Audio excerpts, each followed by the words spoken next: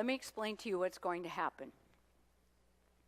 Because I get wound up in all this technology, I forget that some of you don't know where things are happening. I assume you do. So what we're going to do today is we're going to watching us be live. So those of you, now here's the problem. We only have so much bandwidth. So while we're broadcasting, we're using some channels. At the same time you're trying to download, you're using channels. So I can't have you all online at the same time unless you're using your cellular data. Now, for those of you who are looking at me like, what is she talking about? Just sit there. It won't be long. All right, so those of you on this side of the room, if you already are friends on Facebook with Unity Church of Christianity, I want you to go on there. Go on to our Facebook friends, and you will see there, as soon as I get it up, down a little, you have to scroll a little bit beyond the about and the community and la, la, la, la, la, and you get to the place where it says posts, and you should see something like my cute little picture, and it says live stream at 11 a.m. Everybody over here? And click the words, not the picture, click the words that says iframe.diecast.com. Got it? Am I live? Can you see me moving around? You can see me moving around now. Okay. Now what I'm going to ask you to do is shut it down on this side because, again, I only have so much bandwidth. Those of you who are on this side now, go on Facebook, Unity Church of Christianity. Again, come down to the picture, and you will see iframe.diecast. You there? Carrie? Jeff? You there? Okay, you there? All right, now at the same time we're doing this, those of you who are watching, Marilyn and Newton in College Station, Texas, we hope Carol and Jerry Horacek are watching from Florida. We want you to post a comment, tell us where you are watching from. Okay, so what I'm going to ask you to do now, this is not a Facebook lesson, this is a Sunday worship service, but what I want you to understand is, if for any reason you cannot be here on a particular Sunday, we are live at 11. Now here's the key point. We are only live at 11 to 11:25. Get it? Once we're not live, this doesn't work. It's only when we're live. Okay? Then you have to go to YouTube and find out the clips the next day. All right, everybody log off that's in the room. Those of you who are online, you keep staying because we got stuff to talk about today. Because what I realize is that first and foremost, what we are about here is not only those who are sitting in a pew, but we have the opportunity to have a spiritual family connection across the world. Across the world, people can be watching us even as we are sitting here today. That is the power that I want all of you to grasp about this live stream thing. And we finally got it up and running. We finally got it happening. And it's really, really exciting to me because I passionately believe in the unity message. And now more people can see it. More people can participate. And I know that, a lot of people at first said live stream, what do we want to do that for and who really cares? But it's very interesting. Those people who have connected with us live stream over these past couple of weeks say they're sitting having church with us. It's just like being here, you see. You can turn the volume off on your, if you don't mind. I can hear myself talking back and forth. I'm talking to myself back and forth. Okay. But I think it's really exciting. So we are helping to promote the unity message out into the world, and that's how you find it. It's on Facebook. Every Sunday comes out at 10 minutes to 11, 10 minutes to 11, and then you can click on it. It becomes live at around 11 o'clock, so just like we did this morning. All right, so what we've been talking about this month is the law of giving and receiving. And we started last Sunday by saying we can't really understand the law of giving and receiving and its power in our lives until we really understand what is this business of law. What is the law all about, and why is it important, and why is it powerful? So we started by saying that there are three various phases of this law. The first law is the legal law. And legal law is really nothing more than, like we have at a stop sign and we agree that STOP means stop. And the only reason that legal law has power is because we've given it power. We have agreed as a safety feature that we will all come to a halt or something like that when we see a sign says STOP. We legally say it. We have laws that remind us that that's what we're supposed to do. But the important point here is that the law and the sign has no power unless we give it power. The second part of that is a natural law. Natural laws are different than legal laws because first and foremost, they have a life and a power of their own.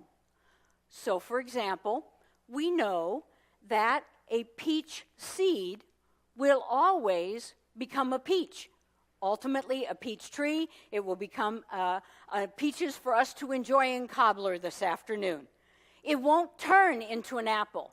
Now, it can be genetically altered, I understand that.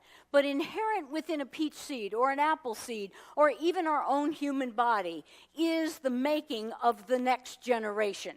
And that's what it's all about. And there's life in that, and there's birth in that, and there's energy and there's power in that. The next part of that law is what we call spiritual law. And spiritual law is very, very different because spiritual law is transformative law.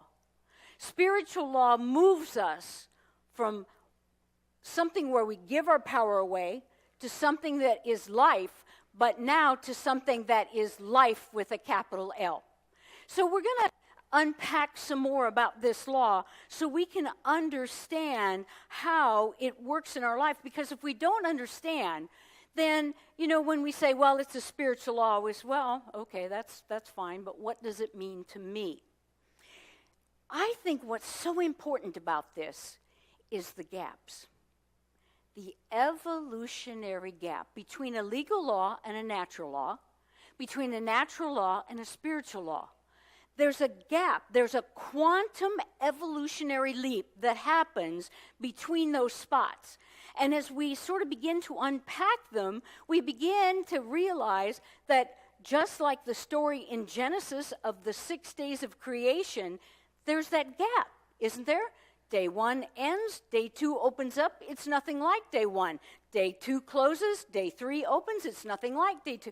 So there's this evolutionary shift that happens in our awareness. So that first gap, instead of giving our power away, it's about reclaiming our power. Remember we said that the stop sign only has power because we have given it power. But spiritually, as we grow and evolve, we have to reclaim our power. It's called victimness when we don't. I give you my power, and then you abuse me, or you beat me up, or you take advantage of me, and I say, oh, my life was so miserable because I have given my power away. I think probably one of the hardest things for us to grapple with is the fact that reclaiming our power means to have boundaries, healthy and appropriate boundaries, means to be watching what we say and what we think and what we do. Is it in integrity? And that quantum shift, because the next level that we come into, we said that the peach produces after its kind. Well, what do we do that produces after its kind? It's our thought. Unity, basic teaching 101. Thoughts held in mind do what? Produce after their kind.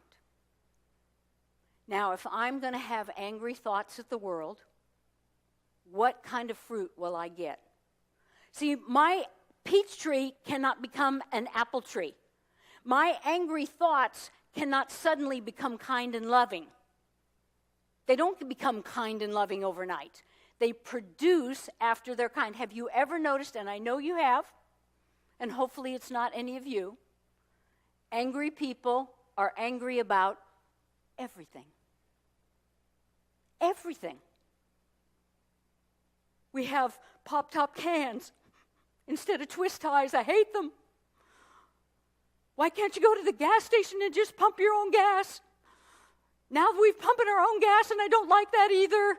You know, there's always something that they're mad about. Just get them started, and you don't even really need to get them started, right? So we want to evolve spiritually to the place where we start listening to what we're saying. You know, and sometimes I hear myself talk, and I go, ooh, that's really, you know, driving down the freeway, things happening, you know, and I'm like, what is up with these people that they can't fix a road in Tulsa, Oklahoma? I hear myself say that, you know, and guess what? I never go down a road in Tulsa, Oklahoma that's not what? Under construction. I wonder if there's a correlation here. Thoughts held in mind produce after their kind. Yet, here's part of the problem. We cannot think our way to God. No matter how hard we try, we cannot say, okay, I tell you what, here's what we're going to do. At 11:31, we're all going to have a spiritual experience, so everybody kind of stay around, and God will show up. It doesn't happen that way.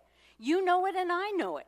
Sometimes it seems like on the back end of the world's greatest storm in our life, there's a blessing. Sometimes when I'm absolutely doing nothing, I'm driving down the road, I'm looking at a sunset, I get a phone call from an old friend, and I just feel blessed, and I have no reason to think that. And all of a sudden, there's that peace that passes all understanding. Where does that come from? So in order to understand this last jump from thinking, or from the laws of nature, to the spiritual law, it's always good to have an image in mind, I think, because that helps us when we talk about laws. You know, let's face it, spiritual laws are not something I can hold on to. I mean, I can hold on to a peach, and I know it's going to grow into a peach tree. That's easy. But when I say about spiritual transformation, well, what does that mean, really? How is it going to show up in my life? See, I want to control the traffic here, but it doesn't happen that way. And so what part of our spiritual journey is to find images and analogies that help us understand what that transformation is all about. So I thought to myself, what do we do to be able to be ready to spiritually transform? Because we can't predict it. We don't know how it's going to happen. We just must trust that it is, okay? And I thought about the idea of going and taking a flying lesson where you are actually going to jump out of the plane. Now, we can do this in two ways. We can have somebody con us into it, and we can use alternative substances, and then they can push us out of a plane, which I don't recommend. Maybe some of you have had experience with this. I don't recommend that's exactly how you do that.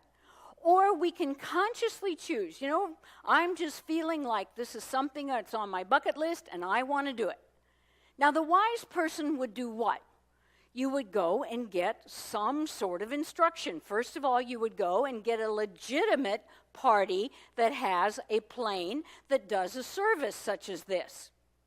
You know, you'd hate to be out of the plane, kind of free-flowing, and the guy back in the plane says to the other guy, "Did everything in the checklist get marked off? Oh, we forgot the parachute. I wonder, we'll need to fix that for the next person that jumps." No, you want a reputable company to take you on this journey. And so you go to them and you say, you know what, I want to be prepared as much as I possibly can. And they say, okay, here's what you need to do. You need to get in a little bit of shape. You need to try on the harness, see how it feels, because it's awkward. It's something you don't do all the time. You need to deal with, your own thinking, because what'll happen is it sounds easy now.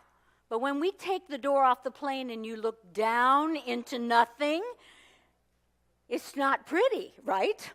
Suddenly you'll be surprised how fearful you can become, even though you were so sure you wanted to do this.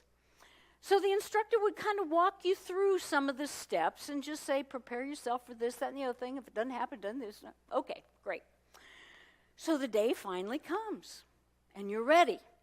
And the guy says to you, are you ready? Oh, yeah, I'm really pumped up. You feel the adrenaline rushing. You can feel all the stuff happening.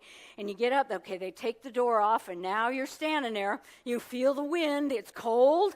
And you come up to the end, and your fingers are like, Ugh! And they say, well, just, what? No. And as they pry your fingers off and invite you to the opportunity to jump, something happens. Suddenly, you are free. Your fear is rushing, your adrenaline is rushing, and yet at the very same time, you're floating. You're floating. And if you can stay present, because I know a lot of people are so fearful that they literally pass out and do not realize it until they hit the ground, say, wow, there's the ground. That we begin to experience, you wanted to do this, and now you're doing it. I'm doing it, yes. The chute opens up, you float to the ground. You come to the ground, what's the first thing you say? Thank you, God, I'm alive. I didn't break anything. And if you're really pumped, the first thing you do is say, I want to do that again. I'm excited, right? So this is how our spiritual journey is. God is inviting us to step out. Step out into this broad, unknown place. We cannot see the ground. We don't know how it's going to happen. And we're fearful. Fear keeps us from so much of our spiritual journey and transformation because we go, we're not ready. I don't know what to do. I don't know how this is going to happen. I think I'll just go back into the plane. And yet every time we come to the edge, we are getting ourselves prepared. What do we need to do to prepare ourselves for spiritual transformation? Going back to our 3 segments of law, the very first thing is we have to become aware of the power of our dualistic thinking. That in and of itself is pretty tough. Left, right, up, down, good, bad. We label constantly. And hear me clearly. It's not like I finished that. Okay, I've got that one checked off my spiritual list. I don't do that anymore. It was touching to me to know, and I read an article one time about Myrtle Fillmore, our co-founder. She said, I just never got rid of judgment. No matter how much prayer work I did, I never got rid of judgment. So what that says to me is that's our ongoing journey, isn't it? We label things, we judge things. We live in this dualistic world rather than understanding and seeing that it is all one. Remember a couple of Sundays ago we were talking about this container of God, and where, when we judge, we put things and people outside of it rather than saying it's all inside and it all works together for good. And I will tell you clearly, I don't get it, I don't understand it, I don't see it, I don't know it. I just know that it is true. The more I search and the more I work at trying to see things working together for good, you know what? The more I see. Because the statement that Jesus made is, not see it and you'll believe it, is it? He said, you have to believe it and then you will see it. When you believe, and you got to work hard sometimes when you see bad things happen to really good people, and when you see your loved ones suffer, and when you see things in our world go bump in the night, when you see all those things happening, you go, it is really, really hard to understand that somehow at some level, beyond my humanness and my ability to catch, Beyond all of that is good. And it's all in that container. And as I believe it more and more, stronger and stronger, guess what? I see it. I see it. I see it. Our dualistic thinking. There's one piece of the work. A second piece of the work, thoughts held in mind, produce after their kind. The number one thought we have to work on is the thought that we believe we are separate from God. That thought that says, my body and my spirit are not on a spiritual journey together. I hear people say to me things like, oh, Marianne, when I'm in the mountaintop, I just know God's presence. That to me is church. That to me is spirituality. Yes, that's true. I love the mountains. I love the cool air, the smell of the pine. I've got my cell phone turned off, and I don't have any problems. But if I can't see it at the checkout stand at Walmart, I am not having a spiritual experience in life. It is about my spirit and my body working in tandem together, because it's my body that allows for the conduit of spirit, and it is for spirit to recognize the challenges of my life, and they're working together for good. And the more we say, well, this is good and that is bad, that labeling, we're back to the first law. The second law is we are one. I am one. It is all one. And those thoughts begin to work more and more clearly in my life. The more I understand, the more I believe that we are one, that I am one. There is no body that I have to get rid of so I can go to a heaven. There is no spirit that's waiting somewhere out there for me to find you. It is to awaken to the unity and the union of that spirit within me. But ultimately, what has to happen for spiritual transformation? It is true in every religious tradition. It is true in the native traditions across the universe.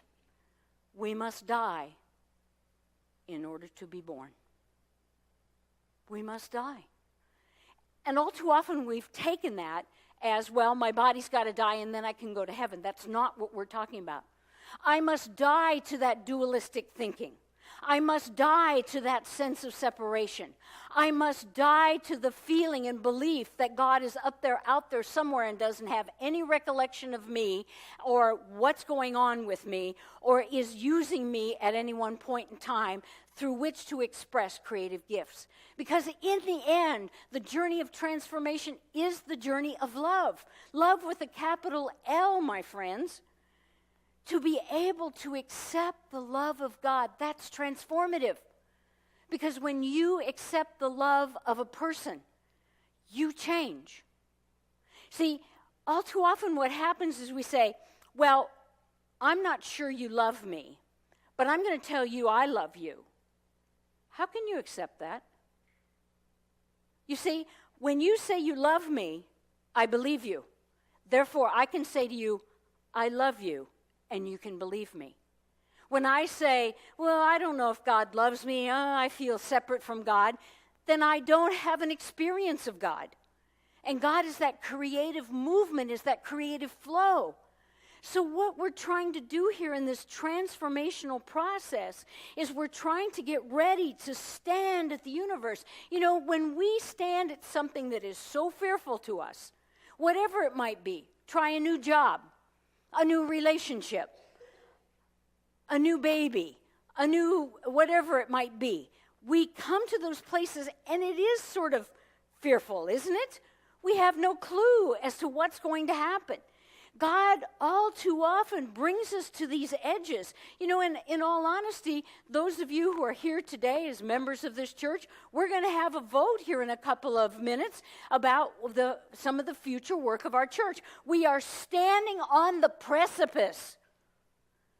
But we're not going to stand on the precipice with fear. We're going to say there's a bold new world out there, and that doesn't mean leave here or stay here. What that means is there's a bold new world out there. We are being called to it. We are being challenged to transform. But it isn't something we do. It's something we get ready for. That dualistic thinking, we are one, we have to let go of the idea that something is outside of God or something is outside of our good. We have all the wisdom we need, all the guidance we need. There's no wrong choice, there's no right choice, there is the choice. And from the choice, we begin to understand that we are one. No matter what side you are on, because there is no side. Don't you see? There is no side. It's just another step in the journey. And yes, for a while, it will feel fearful. It will feel free-falling. Every spiritual transformation does. That's just the nature of the beast. We talked about it in the book of Exodus. Moses wandered for 40 years going, what? Where are the signs? What am I supposed to be doing? Oh my gosh. Well, let's not wander for 40 years. That seems a little long to me. Rather, let's be okay with standing in the moment of unknowing. Standing in the moment where we're uncertain. But we are standing in the moment because we've done the prep work. We've said, you know what? All things work together for good. We are of one accord. We are of one heart. We are of one mind. We are open to the love of God as it expresses and moves in and through us as a collective community.